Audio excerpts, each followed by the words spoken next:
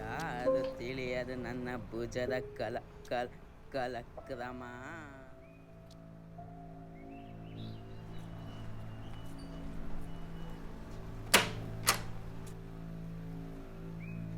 ಅಯ್ಯೋ, ಲಾಕೆ ಮಾಡಿದ್ವಾ?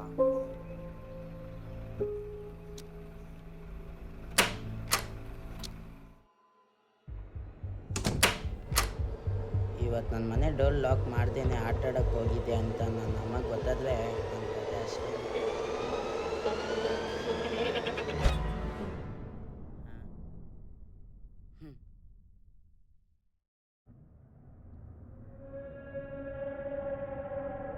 ಅಯ್ಯೋ, ಫಸ್ಟು ವಾಶ್ರೂಮ್ಗೆ ಹೋಗ್ಬೇಕು ಗುರು, ತುಂಬ ಅರ್ಜೆಂಟು.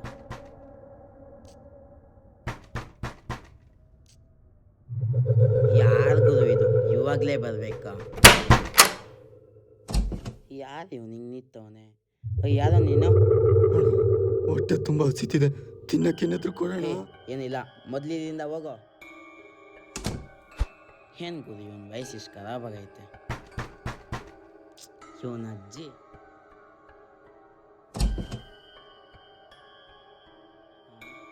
ಯಾರು ತಟ್ಟಿದ್ದು? ಅವನಲ್ಲಿಲ್ವಲ್ಲ.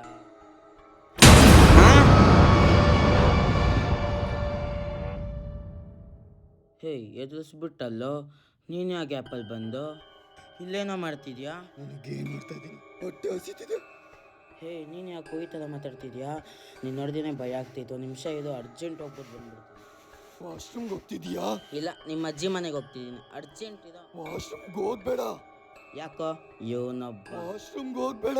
ಒಂದು ನಿಮಿಷ ಇದೋ, ಬಂದ್ಮೇಲೆ ನೀನು ನೋಡ್ಕೊಂಡು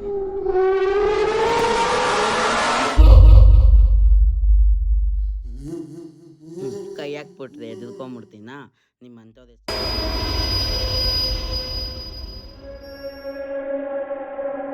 ಅಪ್ಪಿ, ಆಟ ಆಡ್ಬೇಡದು, ಭಯ ಆಗ್ತಾಯಿತ್ತು.